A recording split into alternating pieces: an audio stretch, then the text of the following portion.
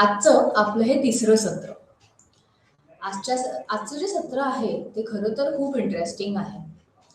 कारण आपण सामाजिक अनुभूती म्हणजे समाज समजून घेणे ह्याच्याबद्दल जास्त बोलणार आहोत. आपण आजच्या सत्रामध्ये काय काय बघणार आहोत तर आपण खूप लोकांना रोज भेटत असतो, त्यांच्याशी गप्पा मारतो, बोलतो, एका विशिष्ट प्रकारे त्यांच्याशी वागतो. लोक आपल्याशी काही विशिष्ट प्रकारे वागत असतात. पण होतं असं की आपल्याला काही वेळेला असे प्रश्न पडतात की अरे, हा व्यक्ती असा का वागला, त्याचा बोलण्याचा काय हेतू होता.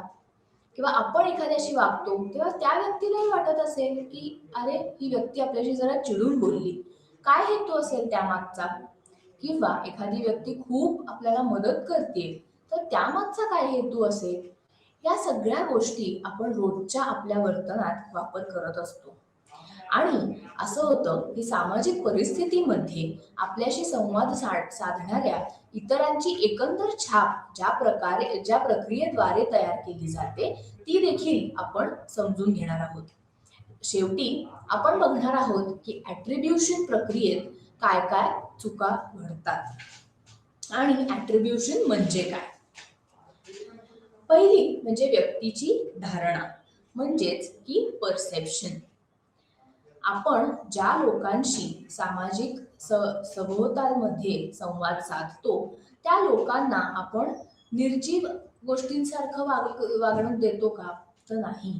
आपण त्यांच्याशी बोलत असतो, आपण त्यांच्याकडून काहीतरी एक रिॲक्शन अपेक्षित करतो.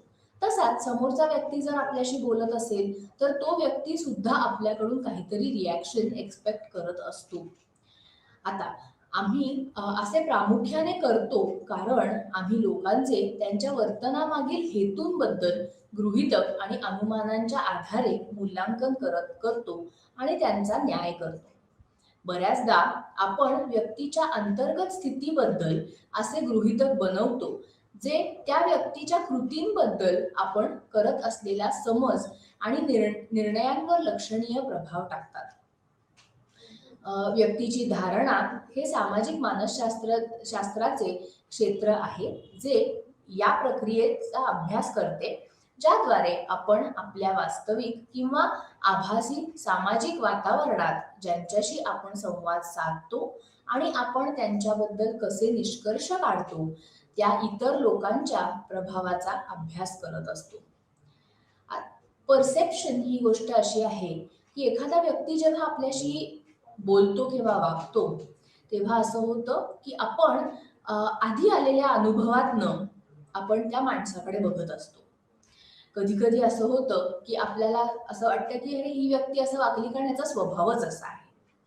पण प्रत्येक वेळेस तसं असतं का, तर नाही. त्या व्यक्तीवर आलेली ती परिस्थिती सुद्धा असते की ज्याच्यामुळे तो काही वेळेला वागत असतो. आता ह्या सगळ्या गोष्टी आपण जेव्हा ह्या सगळ्या गोष्टींचा विचार करतो आणि ह्या सगळ्या गोष्टी गृहीत धरतो तेव्हा आपण एखाद्याबद्दलचं परसेप्शन आपल्या मनात ठेवत असतो.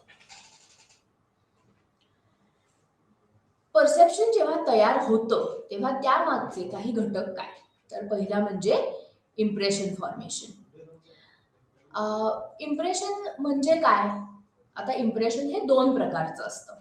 पहिलं म्हणजे की जे आपल्याला समोर दिसून येतं ते इम्प्रेशन, म्हणजे की त्या व्यक्तीचे कपडे,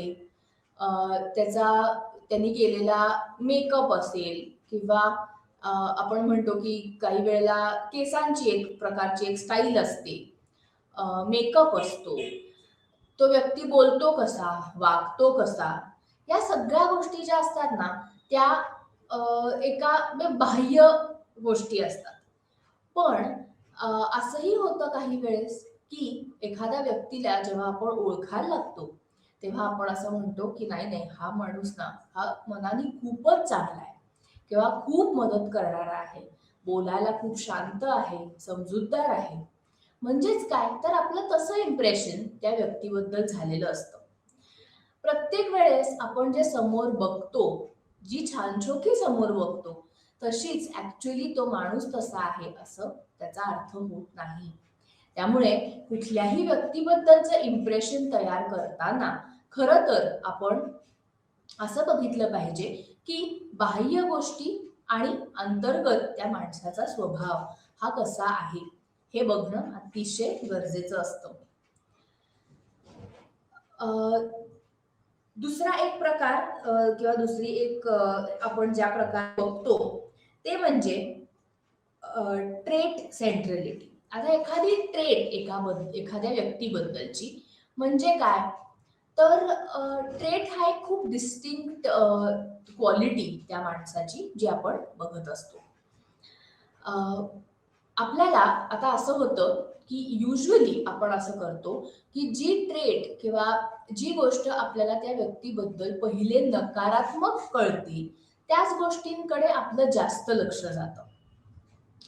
म्हणजे की आपल्याला जर असं कळलं की अरे हा माणूस खूप चिडका आहे, तर आपण जेव्हा जेव्हा त्या व्यक्तीशी बोलायला जातो, वागायला जातो, तेव्हा आपल्या मनात हेच इम्प्रेशन असतं त्या माणसाबद्दल की हा माणूस हा खूपच चिडका आहे. त्यामुळे आपण ह्याच्याशी फार बोलायचं नाही, आपण ह्याच्याशी फार काही आपल्या पर्सनल गोष्टी शेअर करायच्या नाहीत.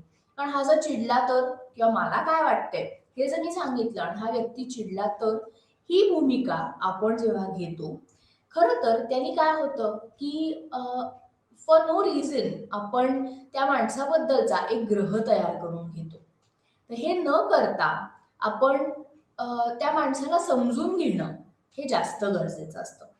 तर ॲश हे एक मानसशास्त्रज्ञ होते, ज्यांनी त्यांच्या 2 संशोधन गट तयार केले होते.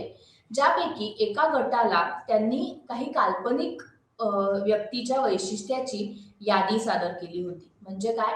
तर त्या यादीत त्यांनी 7 गुणांचा समावेश केला होता. बुद्धिमान, कुशल, कष्टाळू, उबदार, व्यावहारिक, सावध. आणि दुसऱ्या संशोधन गटाला त्यांनी सादर करण्यात आलेली होती एक यादी, ज्याच्यामध्ये कोल्ड या वैशिष्ट्याने उबदारची जागा घेतली. त्या पद्धतीने भिन्न होत्या. वैशिष्ट्यांची यादी सादर केल्यानंतर दोन्ही संशोधन गटांच्या सहभागींना त्यांनी एक काल्पनिक व्यक्तीच्या छापाचे एक लहान वर्णन लिहिण्यास सांगितले आणि त्या व्यक्तीला वैशिष्ट्यांच्या दुसऱ्या यादीमध्ये रेट करण्यास सांगितले. आता उदाहरणार्थ की उदार, शहाणा, आनंदी, चांगले, निसर्ग, विनोदी, मिलनसार, लोकप्रिय, मानवीय, परोपकारी आणि काल्पनिक आणि कल्पक. आता त्यांनी काय केलं तर 2 गटांना असं सांगितलं की तुम्हाला ही जी यादी दिली आहे त्या आधारे तुम्ही एक कॅरेक्टर तुमच्या मनात ज्याबद्दल तुम्ही लिहून काढा. पण असं झालं की ज्या गटाला त्यांनी निगेटिव्ह ट्रेट्स दिल्या होत्या त्या गटाने फक्त त्याच डोक्यात ठेवून त्याबद्दलचं एक कॅरेक्टर तयार केलं. आणि जेव्हा दुसऱ्या गटाला त्यांनी अगदी म्हणजे पहिल्या गटाला ज्यांना त्यांनी अगदी चांगल्या वैशिष्ट्यांनी हे केलं होतं, यादी दिली होती, त्या आधारे त्यांनी काय केलं तर त्यांनी क्रिएट केलेलं जे कॅरेक्टर होतं ते सुद्धा त्यांनी विविध एक्झाम्पल्सची किंवा विविध इश्यूज किंवा हे केले होते.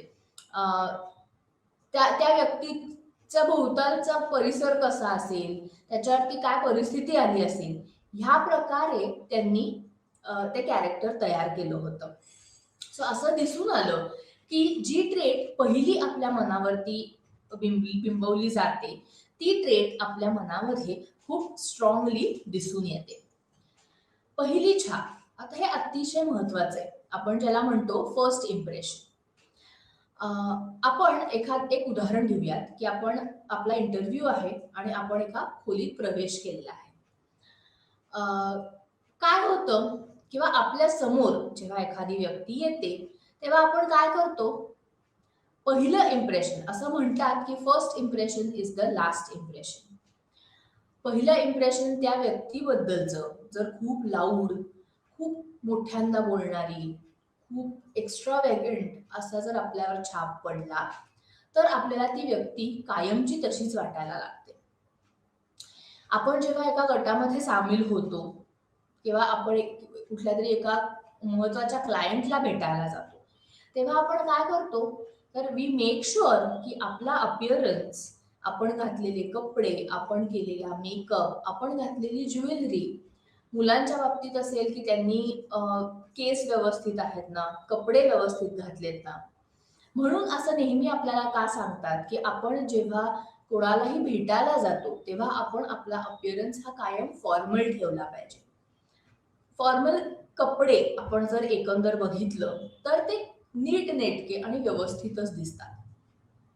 पहिल्यांदा आपण जर एका इंटरव्ह्यूला जात असतो आणि आपण जर जीन्स, टी-शर्ट आणि आत्ताच्या फॅशनप्रमाणे ती काहीतरी फेड झालेली जीन्स किंवा कलर गेलेला, मग टी-शर्ट राउंड नेकचा असं जर घालून गेलो, तर आपलं इम्प्रेशन काय पडेल समोरच्यावर, की ही व्यक्ती ही अशीच आहे, ही इग्नोरंट आहे किंवा ही स्वतःच्या अपीअरन्सकडे लक्ष देत नाही, म्हणजे ही नोकरी काय करेल किंवा ह्याला रिस्पॉन्सिबिलिटी कशी देणार आपण, असे प्रश्न समोरच्याला पडू शकतात.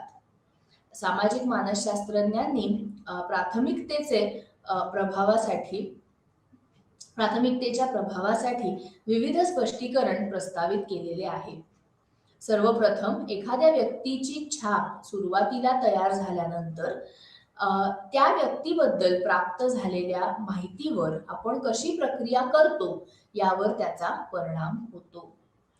मला जर माझ्यासमोर एखादा व्यक्ती आला आणि मला जर तो माणूस इररिस्पॉन्सिबल आहे असा पहिला छाप असेल, तर मी सतत त्याला त्याच दृष्टिकोनातून बघत राहीन आणि मग मी त्याच्याशी बोलीन सुद्धा तशाच ह्यानी, वागेन सुद्धा त्याच अँगलनी आणि कितीही तो व्यक्ती चांगला असू देत, पण मला असं कायम वाटत राहील की नाही, हा व्यक्ती हा इररिस्पॉन्सिबलच आहे. नंतर जेव्हा आम्हाला या व्यक्तीबद्दल माहिती प्राप्त होते, तेव्हा ती नोंदणीकृत एन्कोड केली जाते आणि अशा प्रकारे व्याख्या केली जाते की ती आमच्या पहिल्या इम्प्रेशनची सुसंगत असेल. आपल्या म्हणजे काय होतं, की आपल्याला जेव्हा एखादी माहिती मिळते त्या व्यक्तीबद्दल, तेव्हा आपण कशाशी रिलेट करतो ती, तर पहिल्या इम्प्रेशनशी. उदाहरणार्थ, एकदा आपल्यावर एखादी व्यक्ती प्रामाणिक असल्याची छाप पडली, तर नंतर आपल्याला जर असं कळलं की ती व्यक्ती, एक एक्झाम्पल आपण घेऊया तिथे, की सपोज की एखाद्या व्यक्तीने पैसे घेतलेले असतील मित्राकडून आणि तो मित्र आपण त्या व्यक्तीने कबूल केला असेल की मी 2-3 दिवसामध्ये पैसे देईन आणि असं जर झालं की नाही त्या व्यक्तीने पैसे दिले, तर त्या मित्राला काय वाटतं की अरे बापरे, म्हणजे हा विश्वास ठेवण्यालायक आहे का नाही माणूस, त्याने माझे पैसे घेऊन तो पळून तर गेला नसेल किंवा तो का देत नाहीये. पण जर एक थर्ड पर्सन असेल की ज्याला तो व्यक्ती माहीत असेल, तो काय म्हणेल की नाही नाही, मला माहितीये की हा मनुष्य हा प्रामाणिकच आहे आणि कदाचित त्याला काहीतरी प्रॉब्लेम आलेला असू शकतो किंवा कदाचित त्याच्याकडे आत्ता पैसे नसतील, पण तो देईल, तो देणार नाही असं होणार नाही. ह्याला म्हणतात फर्स्ट इम्प्रेशन. आपल्याला आपल्याबद्दलचं इम्प्रेशन हे जर पहिल्यापासनं चांगलं ठेवलं, तर लोक आपल्याबद्दल कधीच वाईट विचार करणार नाहीत, जरी आपल्यावर तशी वाईट परिस्थिती आली तरी सुद्धा. दुसरे म्हणजे की प्रायमसी इफेक्ट. हेही अतिशय महत्वाचं आहे. का? तर प्रायमसी इफेक्ट असं गृहीत धरतो की आम्ही लवकर प्राप्त झालेल्या माहितीकडे अधिक लक्ष देतो आणि एकदा आम्हाला निर्णय घेण्यासाठी पुरेशी माहिती मिळाल्यावर नंतर प्राप्त झालेल्या माहितीकडे काहीसे दुर्लक्ष केले जाते. त्यामुळे नंतर मिळालेल्या माहितीचा वेगळा अर्थ लावण्याऐवजी खरं तर आपण त्याकडे दुर्लक्ष करतो किंवा ती इन्फॉर्मेशन आपण कमी वापरतो. एक महत्वाची घटना असूनही प्रायमसी प्रभाव नेहमीच होत नाही. काही परिस्थितींमध्ये आम्हाला सर्वात अलीकडे मिळालेल्या माहितीच्या संचामुळे आमचे इम्प्रेशन सर्वाधिक प्रभावित होतात. ही घटना प्रायमसी इफेक्टच्या विरुद्ध रिसन्सी इफेक्ट म्हणून ओळखली जाते. रिसेन्सी इफेक्ट होण्याची शक्यता असे जेव्हा फर्स्ट इम्प्रेशन तयार झाल्यानंतर त्याचा ट्रेस गमावला गेल्यानंतर इतका मोठा कालावधी असतो जेव्हा आपण प्रामुख्याने मूड किंवा वृत्ती यासारख्या क्षणिक गुणांचे मूल्यांकन करण्याशी संबंधित असतो तेव्हा देखील ताजेपणाचा प्रभाव दिसून येतो. आता कधी कधी आपण असं म्हणतो की मला आज मूड नाहीये हे करायचा. म्हणजे काय, तर आपला स्वभाव किंवा आपलं फर्स्ट इम्प्रेशन कधी कधी सांगतं की हो, ह्या माणसाला फिरायला जायला आवडतं, पण आज त्या व्यक्तीचा मूड नाहीये. म्हणजे काय की रिसेन्सी इफेक्ट आला इथे, की जिथे रिसेंट गोष्ट काय आहे तर आत्ता माझा मूड नाहीये म्हणून मला जायला आवडत नाही. पण याचा अर्थ असा होतो का की त्या व्यक्तीला कधी फिरायलाच जायला आवडत नाही? तर नाही, तसं नाहीये.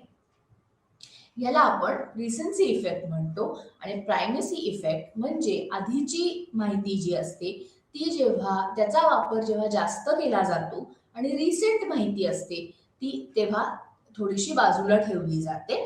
कारण का, तर पहिली मिळालेली माहिती ही जास्त स्ट्रॉंग असते किंवा त्याचे इम्प्रेशन हे जास्त आपल्यावरती पडलेलं असतं.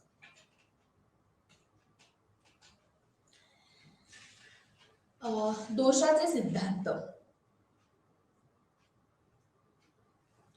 म्हणजे काय, तर थिअरीज ऑफ ॲट्रिब्युशन.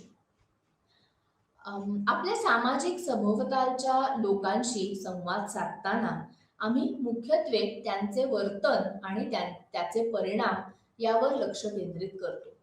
तथापि आम्हाला इतरांच्या वर्तनामागील कारणांमध्ये देखील रस आहे. वर्तणुकीच्या आमच्या सामान्य निरीक्षणांपूर्वी निष्कर्ष काढणे आवश्यक आहे. उदाहरणार्थ, जर आपण एखाद्याला सार्वजनिक ठिकाणी खूप आक्रमक होताना पाहिलेले असेल तर तो असे का करत आहे हे जाणून घेण्यात आपल्याला जास्त रस असतो. व्यक्ती स्वभावाने आक्रमक आहे का, की काही छुपे उद्दिष्ट साध्य करण्यासाठी तो आक्रमकता एक साधन म्हणून वापरतो आहे का? वातावरणात काहीतरी अंतर्भूत आहे जे व्यक्तीला आक्रमक वर्तनात सहभागी होण्यास उत्तेजित करते. वर्तणुकी मागील कारणे समजून घेण्यासाठी आम्ही चिंतित आहोत, कारण ते आम्हाला सामाजिक वातावरणात प्रभावीपणे कार्य करण्यासाठी आपल्या सभोवतालच्या लोकांच्या भविष्यातील वर्तनाचा अंदाज लावण्यास मदत करते. ही प्रक्रिया ज्याद्वारे आपण इतर व्यक्तींच्या वर्तनामागील कारणे शोधण्याचा प्रयत्न करतो त्याला विशेषतः म्हणून संबोधले जाते. आम्ही इतरांच्या वर्तनामागील कारणे सामान्यतः व्यक्तींचे हेतू, त्यांची क्षमता, वैशिष्ट्ये आणि एखाद्या व्यक्तीला विशिष्ट वर्तनाकडे नेणारे परिस्थितीजन्य घटक यांच्या संदर्भात अनुमान काढतो. आपण खूपदा असं बघतो की आता लहान मुलांचं जर उदाहरण घेतलं तर आई असेल तर आईला कधीतरी मुलांवर चिडायला लागतं किंवा मुलांवरती कधी कधी ओरडायला लागतं, मुलांना रागवायला लागतं. का, तर त्याच्यामुळे मुलं चुका करणार नाही आणि पुढे जाऊन त्या चुका परत रिपीट होणार नाही. याचा अर्थ असा होतो का की ती आई चिडकीच आहे? नाहीये. परिस्थितीमुळे किंवा कधी कधी असं आहे की गरजेमुळे त्या आईला कधीतरी ओरडायला लागतं किंवा रागवायला लागतं. त्यामुळे ॲट्रिब्युशन म्हणजे की आपण जेव्हा आपण कुठला स्वभाव किंवा आपण काय वागतो आहोत हे स्वभावामुळे आहे का परिस्थितीमुळे आहे हे समजून घेणं हे अतिशय गरजेचं असतं. आता ह्याच्यामध्ये हेडर ह्या व्यक्तीने खूप छान सांगितलंय की जरी आपण आपल्या सामाजिक संवादादरम्यान ज्या लोकांशी व्यवहार करतो त्यांच्या व्यक्तिमत्वाची वैशिष्ट्ये समजून घेण्याबद्दल आणि अनुमान काढण्याबद्दल आपल्याला काळजी वाटत असली तरी त्यांचे वर्तन त्यांच्या व्यक्तिमत्वाच्या दोन्ही गुणधर्मांमुळे होऊ शकते. तसेच ज्या वातावरणात वर्तन घडते अशा प्रकारे लोकांच्या कृती नेहमीच त्यांच्या व्यक्तिमत्वातून उद्भवत नाहीत, ते परिस्थितीतून देखील उद्भवू शकतात. हेडर यांनी मत मांडले की कार्यकारण भाव ही अशी प्रक्रिया आहे ज्याद्वारे आपण इतर लोकांच्या वर्तनामागील कारणांचा अंदाज लावतो. कार्यकारण भाव करत असताना आम्ही हे निष्कर्ष काढण्याचा प्रयत्न करतो की वर्तन दोनपैकी कोणत्या कारणातून उद्भवलेले आहे.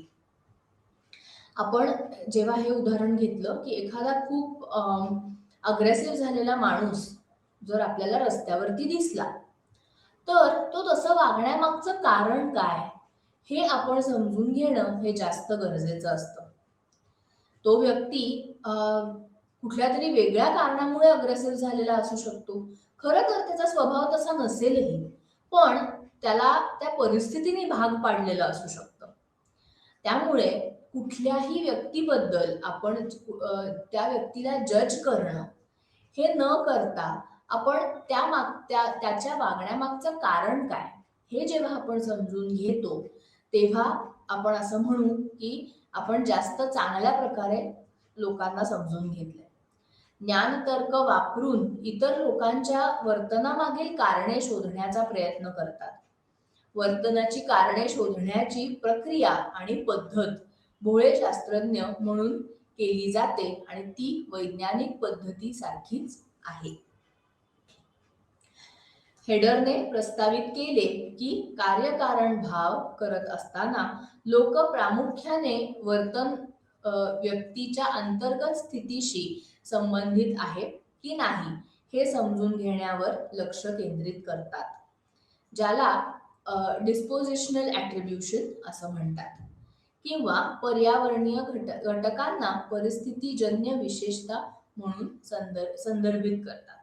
उदाहरणार्थ, एखाद्या व्यक्तीच्या आक्रमक वर्तनाचे श्रेय त्याच्या किंवा तिच्या अंतर्गत अवस्था किंवा वैशिष्ट्ये जसे की चिडचिड, वाईट स्वभाव, शत्रुत्व हे स्वभाव गुणांचे उदाहरणार्थ आहे.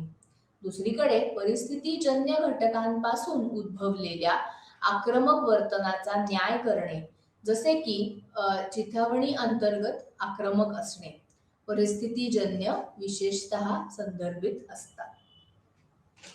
आपण जेव्हा हे बोललो डिस्पोजिशनल ॲट्रिब्युशन म्हणजे काय तर एखाद्या व्यक्तीचं वागणं हे परिस्थितीमुळे परिस्थितीजन्य असू शकतं. आपण असं बघतो रस्त्यावरनं जाताना समज जर एखादा माणूस चाललाय कारमधनं आणि त्याची काहीही चूक नसताना त्या कार मागणं कोणीतरी त्याला धडकतं. आता हे झाल्यावरती खूप ऑब्वियस आहे की जो माणूस कारमध्ये चाललाय तो शांतपणे चाललेला आहे आणि त्याला जेव्हा कोणतरी येऊन धडकेल तेव्हा तो चिडणं हे किती स्वाभाविक आहे, कारण त्या माणसाची चूक काहीच नाहीये. जो माणूस हे करतो आहे किंवा जो माणूस धडकलाय खरं तर चूक त्याची आहे की नाही त्याचं लक्ष नाही. पण आता होतं कसं की जी माणसं बाहेरनं बघतात ती काय म्हणतात की हा माणूसच चिडका असेल, जाऊ दे, एवढंसं तर झालंय ना हा प्रश्न नाहीये. पण माझी चूक नसताना मी त्याची नुकसान भरपाई का करू हा सुद्धा एक प्रश्न आहेच की नाही. आता युजली असं होतच, आपण तर बघतो की कारमधनं जो जाणारा व्यक्ती असतो त्याला कायम लोक शिव्या घालतात, कारण चूक ही मोस्टली त्याचीच असते. का तर त्याला लागतं कमी. पण असं होतं का प्रत्येक वेळेस तर नाही. त्यामुळे डिस्पोजिशनल ॲट्रिब्युशन ही सुद्धा एक खूप महत्वाची गोष्ट आहे. दुसरं म्हणजे कॉरेस्पॉन्डंट इन्फरन्स थिअरी. आता कॉरेस्पॉन्डंट इन्फरन्स थिअरी प्रस्तावित करते की एखाद्या व्यक्तीचे वर्तन वैयक्तिक स्वभावातून उद्भवले आहे असे अनुमान काढण्यासाठी आम्ही प्रथम विशिष्ट वर्तनामागील हेतूवर लक्ष केंद्रित करतो. काय होतं ना की कधी कधी लोक हे असं दर्शवतात की हो मी किती मदत करतो, मी किती चांगला आहे किंवा चांगली आहे, पण त्यांचा त्यामागचा हेतू तसा नसतो किंवा चांगला नसतो. तर ही थिअरी आपल्याला असं सांगते की एखादं वागणं जेव्हा आपल्याला खूप चांगलं दिसेल किंवा खूप वाईट दिसेल, तर त्यामागचा हेतू काय तो समजून घेणं हे खूप गरजेचं आहे. मग असे हेतू वैयक्तिक स्वभावामुळे होते की नाही, हे आम्ही अनुमान काढण्याचा प्रयत्न करतो. वैयक्तिक हेतू म्हणजे काय, तर माझा काही त्याच्यामध्ये पर्सनल इंटरेस्ट आहे का, हे आपण बघण्यामध्ये आपण जास्त लक्ष केंद्रित करतो. तथापि असे निष्कर्ष काढणे कठीण जात होते, कारण कोणत्याही विशिष्ट वर्तनाने अनेक प्रभाव निर्माण केले जाऊ शकतात. वर्तनाच्या अपवादात्मक किंवा गैरसामान्य प्रभाव असतो, जो इतर कोणत्याही वर्तनाद्वारे निर्माण केला जाऊ शकत नाही. तेव्हा आम्ही एखाद्या व्यक्तीच्या वर्तनाचा अंतर्निहित स्वभावाशी संबंधित अंदाज लावतो. वर्तनाचे परिणाम सामाजिक दृष्ट्या अवांछित असतात, तेव्हा आम्ही एखाद्या व्यक्तीच्या वर्तनाचा अंतर्निहित स्वभावाशी संबंधित अंदाज लावतो. सामाजिक दृष्ट्या वांछनीय वर्तनांमध्ये गुंतले जाणे हे सामान्य आणि इतर लोकांसारखे दिसण्याची आमची प्रवृत्ती दर्शवते आणि कोणताही वैयक्तिक स्वभाव निर्दिष्ट करत नाही. तथापि कमी सामाजिक दृष्ट्या वांछनीय वर्तन वैयक्तिक स्वभावाचा परिणाम म्हणून अनुमानित केले जाते.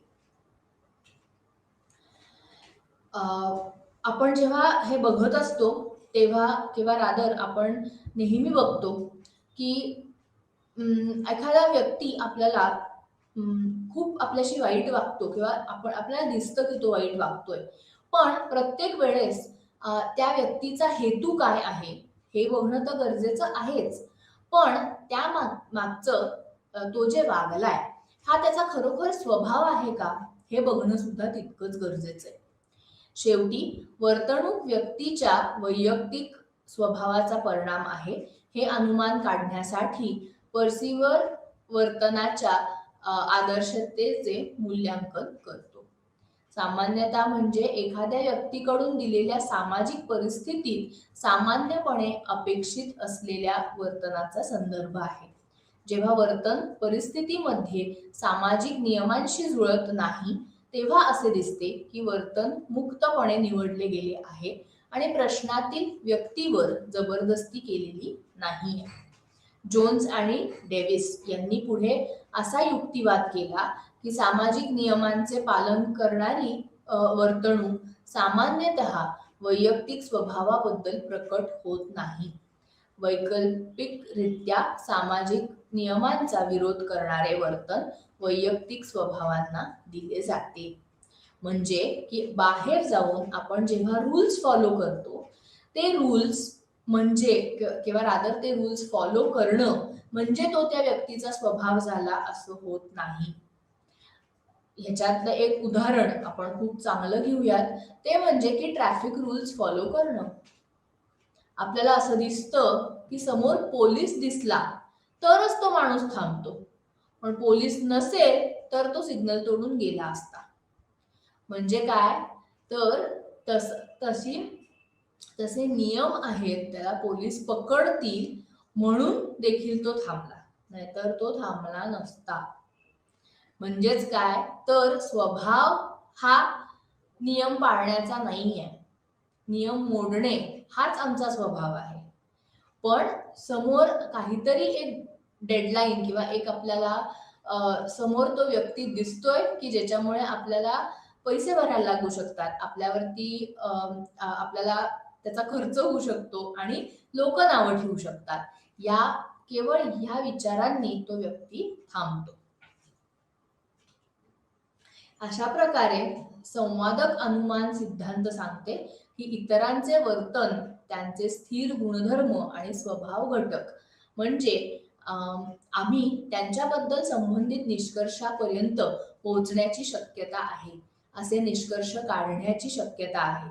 जेव्हा ते वर्तन मुक्तपणे निवडले जाते तेव्हा विशिष्ट गैरविशिष्ट उत्पन्न मिळते. सामान्य प्रभाव आणि सामाजिक इष्टतेमध्ये कमी आहे. नेक्स्ट इज सहपरिवर्तन मॉडेल. सहपरिवर्तन मॉडेल आपल्याला असं सांगतं की अ, एकाच प्रसंगावर वर्तनाचे गुणधर्म बनवणाऱ्या बनवू नये किंवा त्याच्यावरती आपण आपलं लक्ष जास्त केंद्रित करू नये.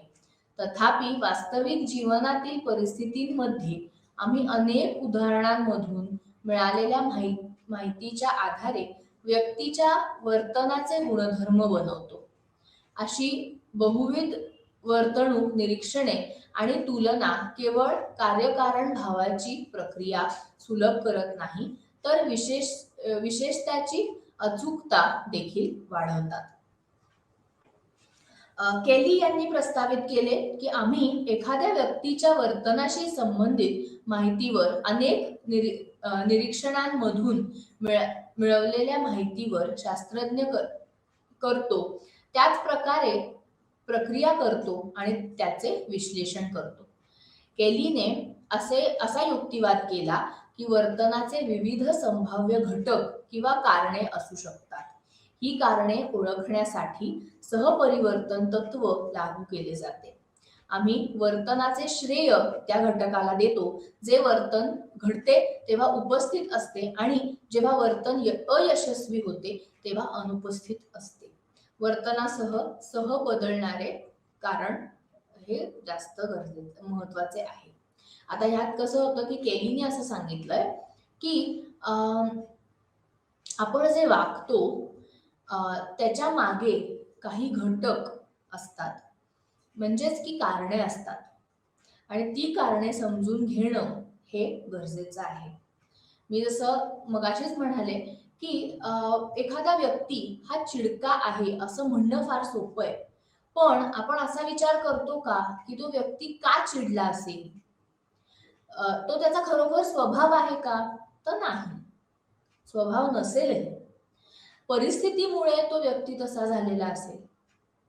आता काही वेळेला आपण असंही एक उदाहरण घेऊयात की परिस्थितीमुळे माणूस हा आपण असं म्हणतो ना की ताकही फुंकून पितो, म्हणजे की त्या माणसाला अनुभव किंवा एक्सपिरियन्सेस असे आलेले असतात आयुष्यात की आता बाबा माझ्या बाबतीत काही वाईट होऊ नये, म्हणून मी प्रत्येक वेळेस काय तर अति काळजी करणं, अति कुठल्या गोष्टीचा विचार करणं.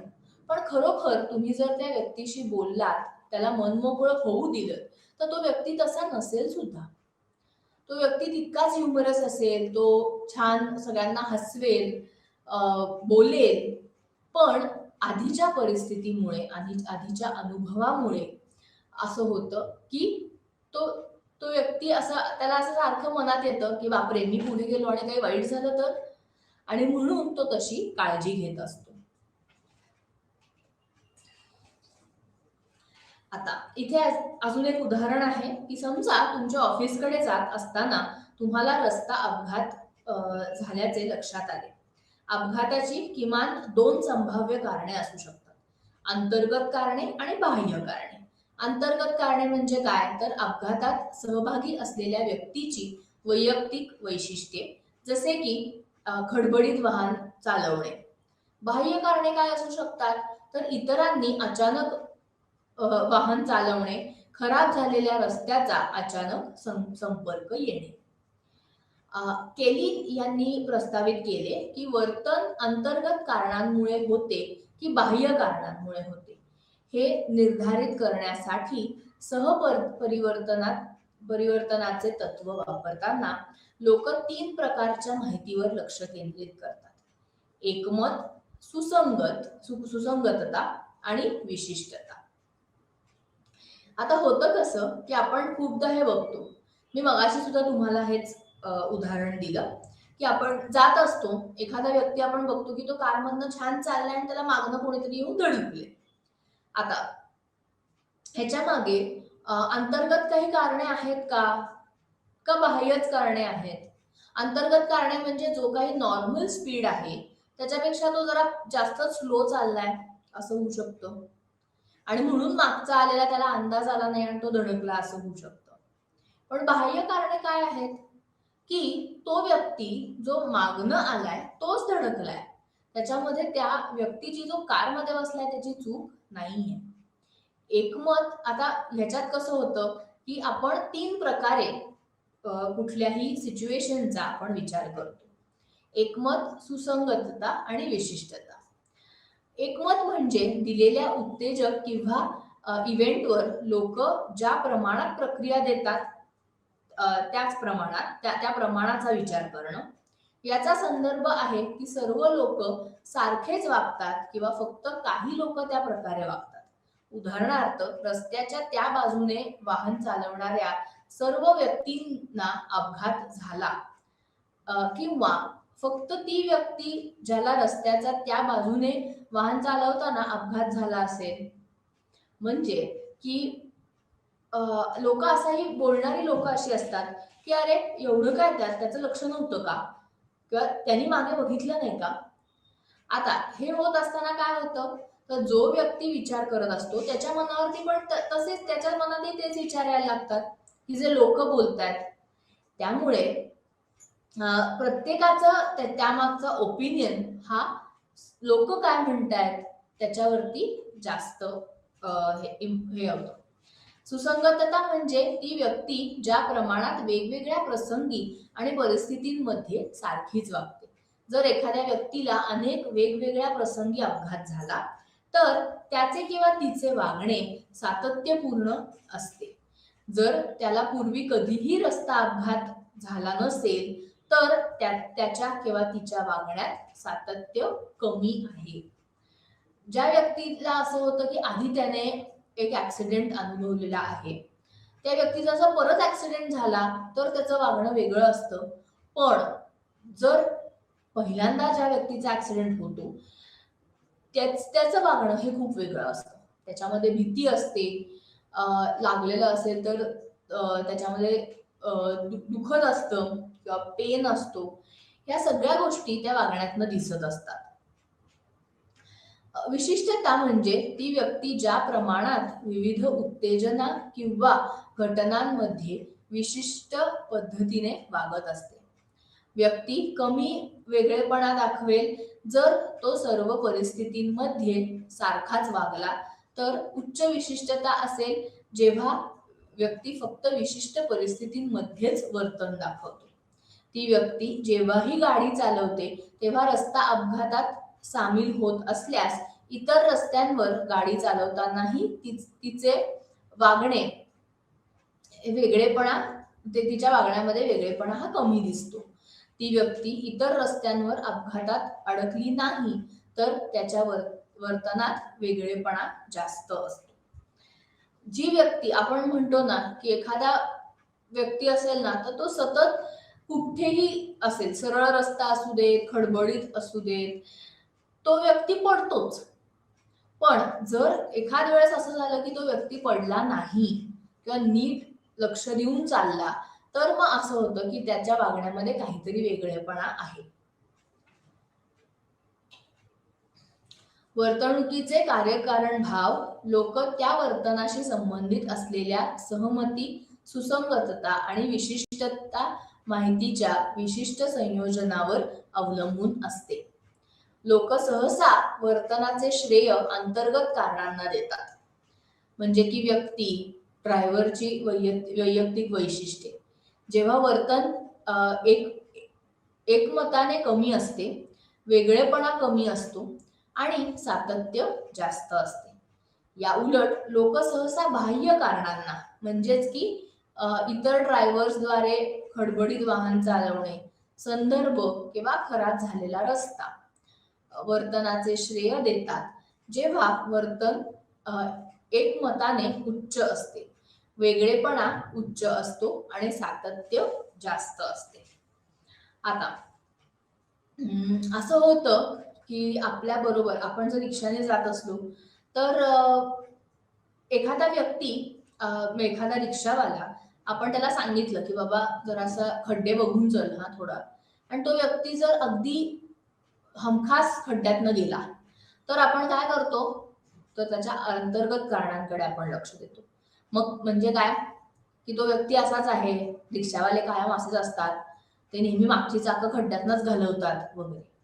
आणि तेच तो रिक्षावाला जर एकाही खड्ड्यातनं गेला नाही, तर आपण काय करतो, आपण लक्ष कोणाकडे देतो जास्त, तर आपण रस्ता चांगला असेल, मग रस्त्यावरती फार खड्डे नसतील असं आपण म्हणतो. पण तेव्हा आपण असं म्हणतो का, की नाही बाबा त्या रिक्षावाल्याने खरंच रिक्षा चांगली चालवली बरं का, असं आपण शक्यतो म्हणत नाही. यश आणि अपयशाचे श्रेय. आपल्या जीवनाच्या सर्व क्षेत्रात प्रचंड स्पर्धेच्या युगात आपल्या सभोवतालचे लोक आपल्या कामगिरीचे मूल्यमापन करतात आणि आपल्या यश आणि अपयशाबद्दल श्रेय देत असतात.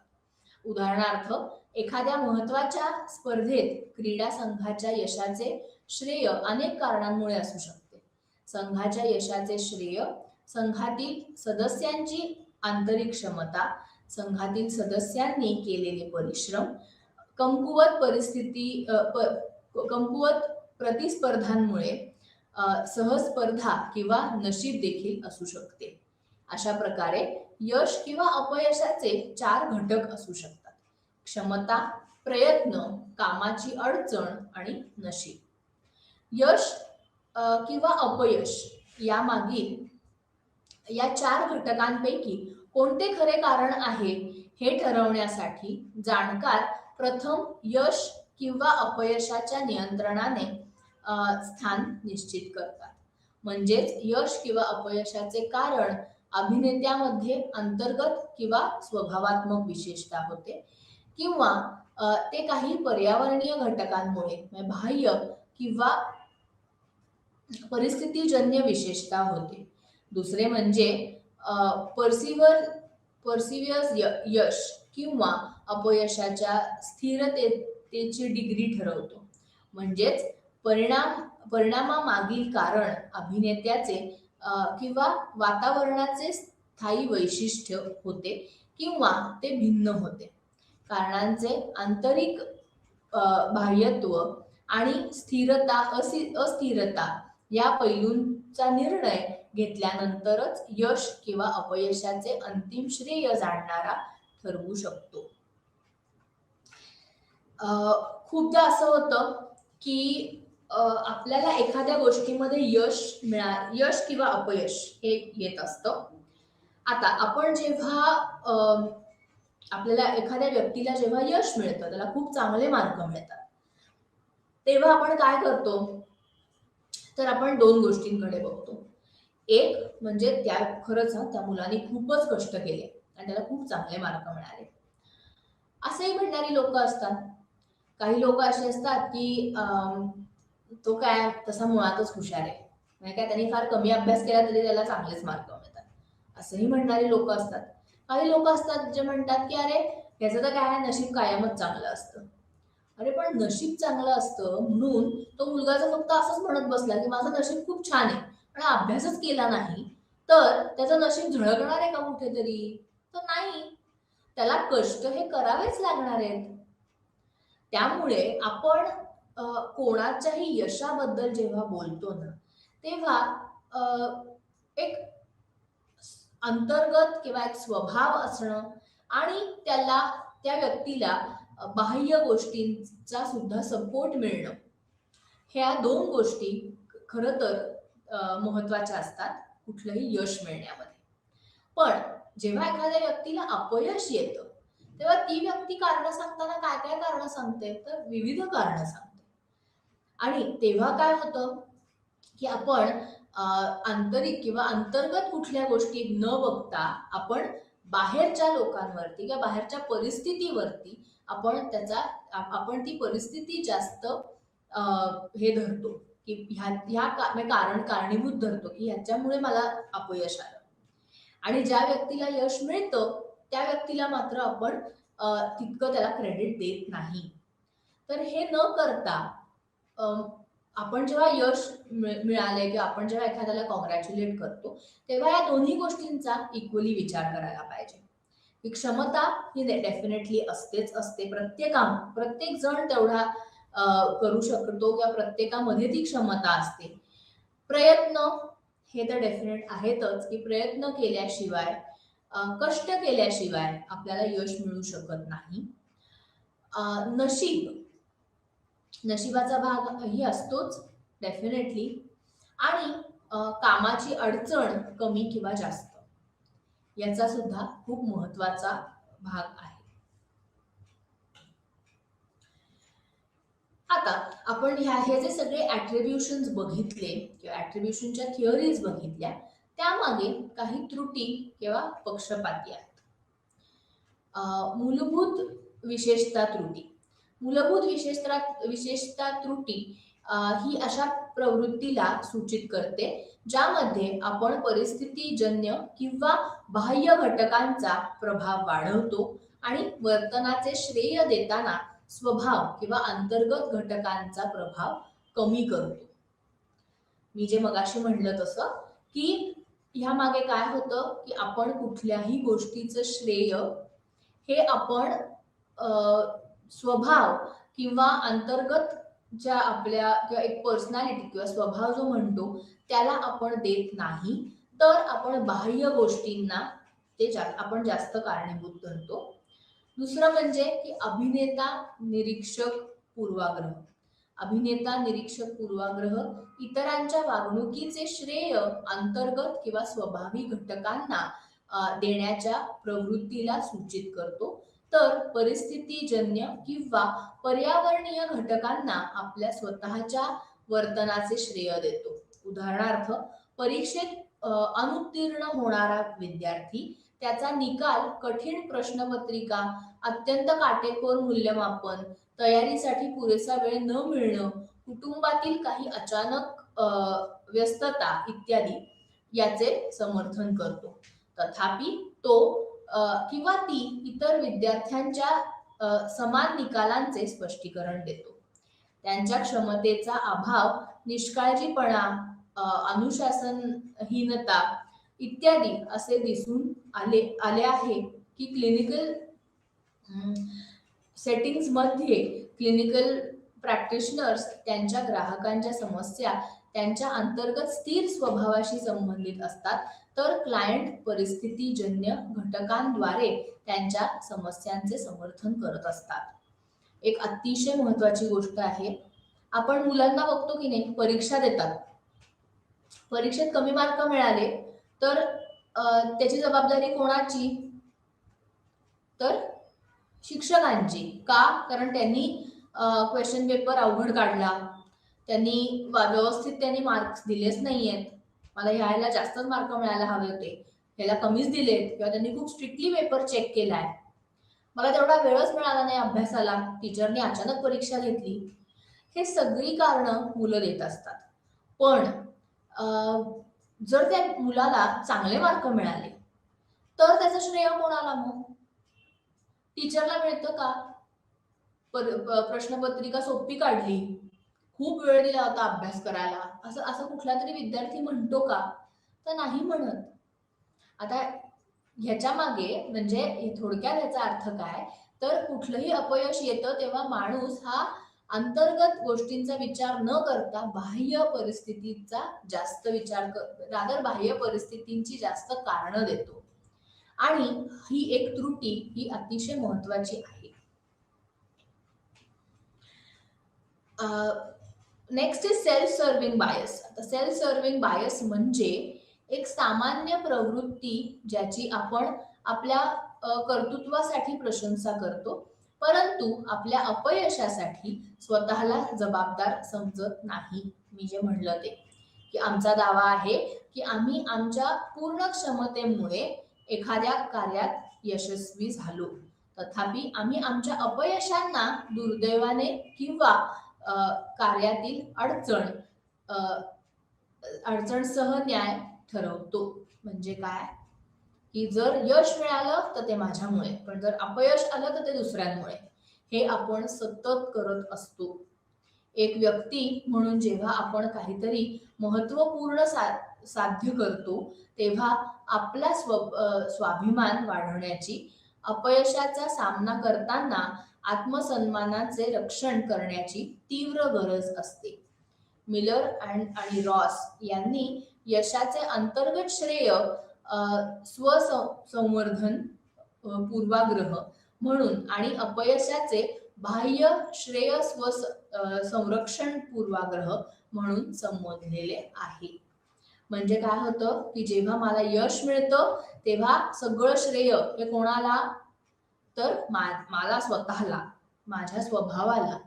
आणि जेव्हा आपल्याला अपयश येतं तेव्हा सगळं श्रेय कोणाला, तर बाहेरच्या लोकांना. आणि त्याला कारणीभूत कोण, तर परिस्थिती. हे आपण नेहमी करत असतो. Ultimate attribution error is the next. याचा अर्थ म्हणजे की ग्रुप लेवलवर ऑपरेट केलेल्या सेल्फ सर्विंग बायसचा संदर्भ देते.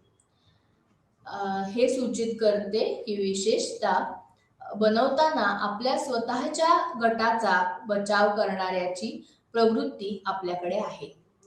पेटिग्र्यूने सुचवले की 2 गटांमधील संबंध मुख्यत्वे समान वर्तनामुळे एकमेकांबद्दलच्या गुणधर्मांवर परिणाम करते. सकारात्मक वर्तणुकीचे श्रेय स्वतःच्या गटातील सदस्यांना अंतर्गत गुण म्हणून दिले जाते आणि इतर गट सदस्यांसाठी समान वर्तन बाह्य गुणांचे श्रेय दिले जाते. आपण जेव्हा ग्रुपमध्ये असतो तेव्हा खूप महत्वाची गोष्ट म्हणजे की आपण काय करतो, तर त्या ग्रुपला किंवा सगळ्यांना एकत्र जर यश मिळालं किंवा त्यांनी जर एखादी गोष्ट खूप छान केली, तर आपण असं प्रत्येक वेळेस ती जी पॉझिटिव्ह गोष्ट असते ती किंवा रादर ती सकारात्मक वर्तणूक जी असते, वागणं जे असतं ते, त्याचं श्रेय हे आपण सगळ्यांना अंतर्गत त्या गटाला देत असतो. पण जर त्या गटाने चांगला परफॉर्मन्स कुठे नाही दिला किंवा जर त्याच्यामध्ये काही चुका घडल्या, तर आपण त्याचा हे कोणाला देतो, तर इतर गटांना देतो. Again this is very important. का? कारण आपण जे मागे बघितलं होतं की इंटरपर्सनल आणि इंट्रापर्सनल या खूप 2 वेगळ्या लेवल्स आहेत आणि ज्या आपण सगळ्यांनी लक्षात ठेवल्या पाहिजे. आतापर्यंत आपण असं बघत होतो की एक आपल्याला स्वतःबद्दल किंवा स्वतःच्या स्वभावाबद्दल आपण जास्त विचार करत होतो आणि मी आणि माझं वागणं आणि त्याचा लोकांवरती होणारा परिणाम ह्याच्याबद्दल आपण बोलत होतो. आता असं आहे की माझं वागणं हे लोकांवरती एक वेगळा परिणाम त्यांच्यावर होतोच आहे, पण लोकांचं वागणं सुद्धा मला अफेक्ट करतंय जेव्हा आपण एका ग्रुपमध्ये असतो. त्यामुळे अल्टिमेट अट्रिब्युशन एरर हे एक खूप महत्वाची गोष्ट आहे आणि ग्रुपमध्ये आपण खूप लोकांबद्दल किंवा स्वतःबद्दल सुद्धा कधी कधी आपण हे अनुभवतो. आजच्या सेशनमध्ये आपण जे बघितलं की कोणाचाही स्वभाव आणि कोणाचं वागणं ह्या 2 वेगळ्या गोष्टी असतात. माझा स्वभाव खूप शांत आहे, म्हणजेच की मी कधी चिडणार नाही असं होत नाही. परिस्थितीचा, आजूबाजूच्या लोकांचा, आजूबाजूच्या वातावरणाचा आपल्यावरती खूप प्रभाव पडत असतो, जेणेकरून आपलं वागणं, आपलं बोलणं खूप त्याच्यावरती अवलंबून असतं. कोणाही बद्दल आपण कुठले तरी तर्क लावणं, कोणाबद्दलही आपण तसे तर्क म्हणता येणार नाही, पण कोणाबद्दल आपण जजमेंटल राहणं हे चुकीचं आहे मी म्हणेन. कारण आपल्याला माहिती नसतं लोक काय परिस्थितीतनं जातात ते. त्यामुळे एकदा एखादा व्यक्ती आपल्याला अग्रेसिव्ह दिसला, मारहाण करताना दिसला, चिडलेला दिसला, तर त्याचा अर्थ असा नाहीये की तो व्यक्ती तसाच स्वभावाने आहे. तो नसेलही किंवा तो नसतो. आपण खूप उदाहरणं अशी बघतो, येता जाता रस्त्यावरनं बघतो, पण आपल्याला माहिती असतं का की what that person is going through, नक्की तो व्यक्ती कशातनं जातोय हे आपल्याला माहिती असतं का? नसतं माहिती. कधीतरी आपल्याला जे समोर दिसतं ते त्याचं फ्रस्ट्रेशन असतं, पण मूळतः तो स्वभाव किंवा तो व्यक्ती हा खरोखर खूप प्रेमळ असू शकेल, खूप शांत स्वभावाचा असू शकेल. त्यामुळे आपण जे सगळे थिअरीज बघितल्या, आपण जे हे ॲट्रिब्युशनचे काही नेगेटिव्ह पॉइंट्स बघितले किंवा ॲट्रिब्युशनचे लिमिटेशन्स बघितले, ते आपण सगळ्यांनी मनात ठेवले पाहिजेत आणि तसं वागलं पाहिजे. त्याचं कारण असं असतं, की एकदा आपण कोणाला तरी दुखवू शकतो, बोलून दुखवू शकतो. पण सारखं-सारखं जर तसं होत राहिलं, तर लोकांना सुद्धा आपल्याबद्दल काय वाटेल, हा आपण कधीतरी विचार करायला पाहिजे. कोणाही बद्दल कुठलाही ग्रह निर्माण करून घेणं, हे सुद्धा चुकीचं आहे. का चुकीचं आहे? कारण असं खूपदा होतं, की अ, त्या त्या व्यक्तीवर तशी परिस्थिती आलेली असते. मी जसं म्हटलं, की एखादी आई असेल, ती आपण खूपदा बाहेर बघतो, रस्त्यावरनं येता-जाता बघतो, की ते मूल खूप हट्ट करत असेल, म्हणून ती आई त्याला एक फटका देते. पण ती आई खरोखर तशी आहे का? किंवा तिला सुद्धा तसं वागताना ते आवडतंय का? तर नाही आवडणार. शेवटी ते मूल तिचंच असतं. पण हे आपण बघतो आणि आपण म्हणतो, "हॅ, काय बाई आहे ही?"